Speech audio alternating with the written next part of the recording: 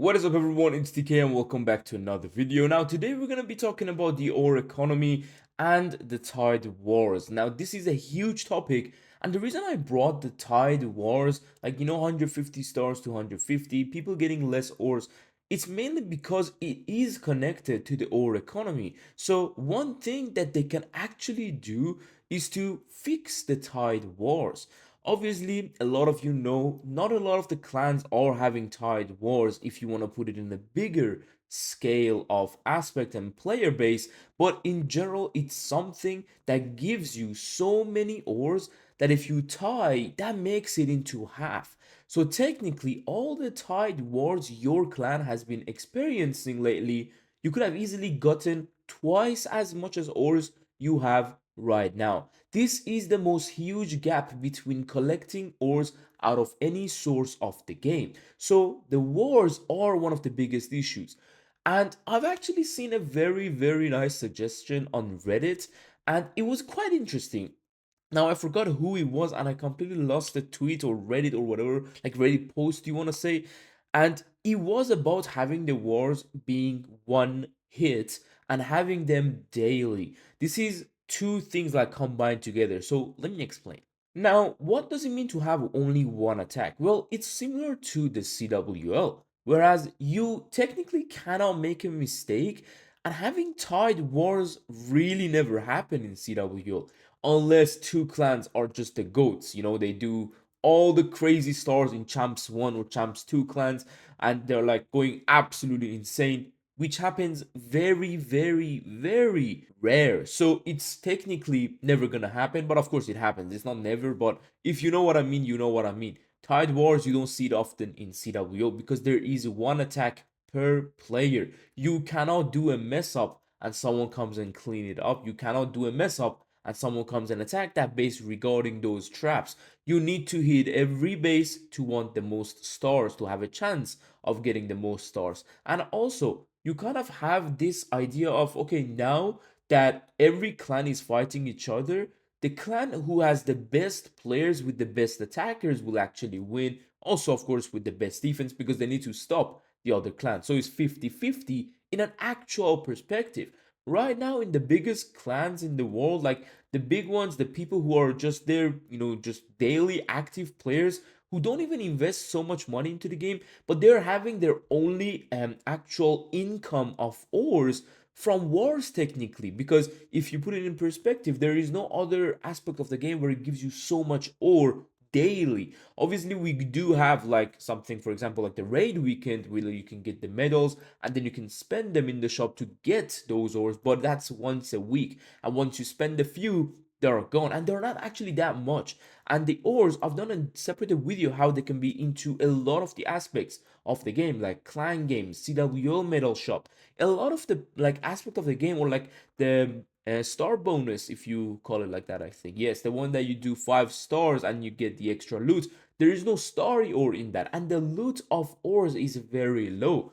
So many aspects like clan capital and builder base could have wars, but that's completely different topic. Whereas now the wars are the most earned ores from, and the issue with that is everyone is having literally half the amount of ores that they could possibly have if you are in one of those clans that are doing those full stars wars, because there are happening. There's just a lot of them, a lot of the push clans, high clans, even not high clans, like maybe top 20 or 30. These guys are having 50 members, so they are starting with 50 town hall 17s, and you are going to get 50 other town hall 17s.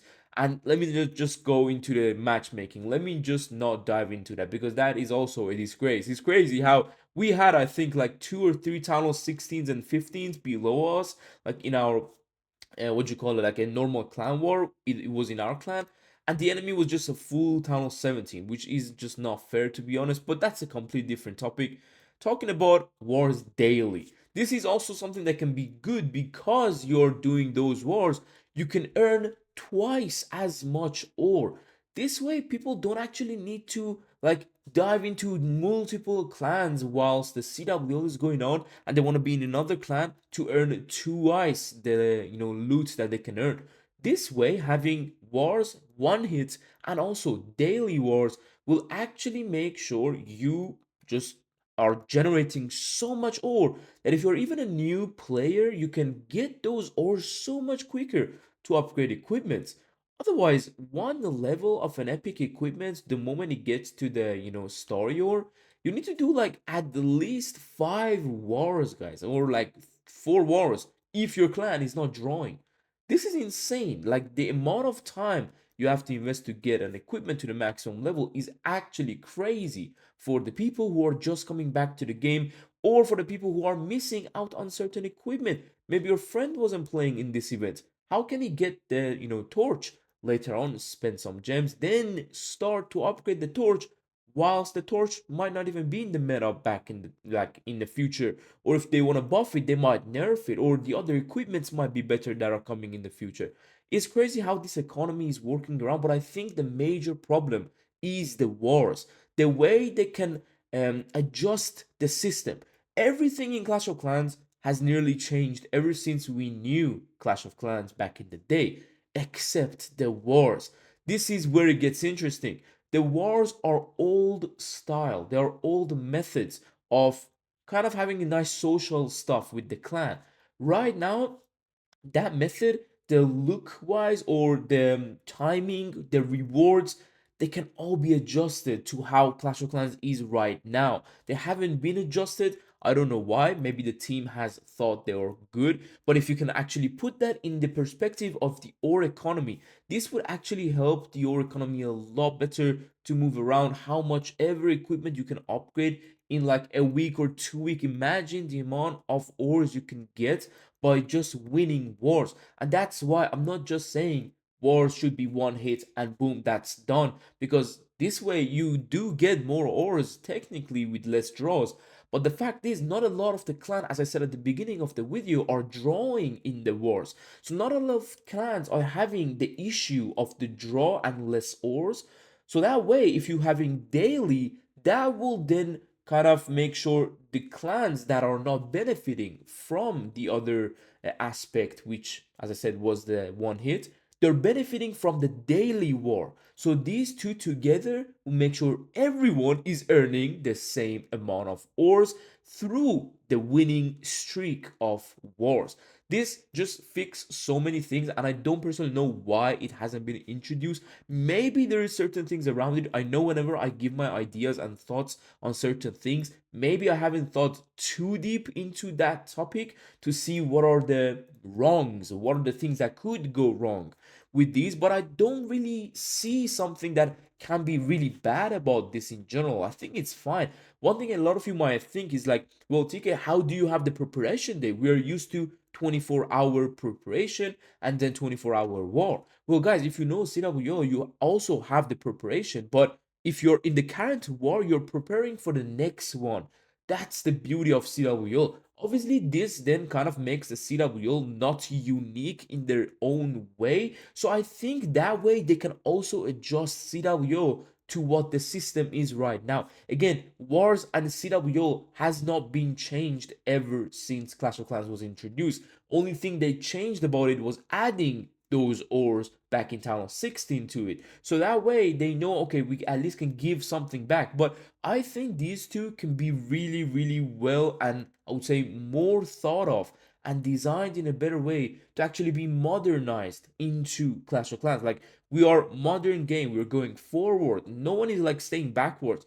Things are happening at the same time while I'm talking to you. The team is already doing all these 3D designs for the troops, the things that are going to be coming in the future. So the game is moving forward, but why the wars and CW is staying backwards and not going up, where they can really help the biggest issue in the game, which is the ore economy for the current player, for the returning player, for the new players, for the players who aren't playing daily. This many variety of players all have this exact issue.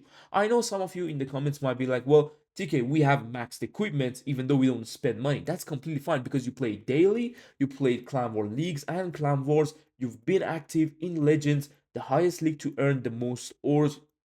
And overall, I would say you're just doing your best. And honestly, that's enough to have all the meta equipment to the maximum level. But some people, if you miss out a month or 2 months, if you miss out a few weeks, or if you're just coming back to the game or downloading the game, you won't be having such a good time with the equipment upgrade. This way, I think the wars can really solve that. Let me know down below your thoughts, because I really think this idea that I thought and I read on Reddit was really, really well, and I kind of was adjusting so many things of my own personal ideas to it and how it can benefit everything. So yeah, hopefully that was informative for you and you liked this idea. If you did, drop a like, man. Let's see how many of you actually liked it. Maybe I'm kind of going crazy here and I'm completely wrong about all these ideas. Maybe it's bad for the game, it's bad for the economy, maybe it's not even helping anyone out. I don't know. Maybe that's the case. But hopefully I will see you soon, guys, in the future. Take care and peace.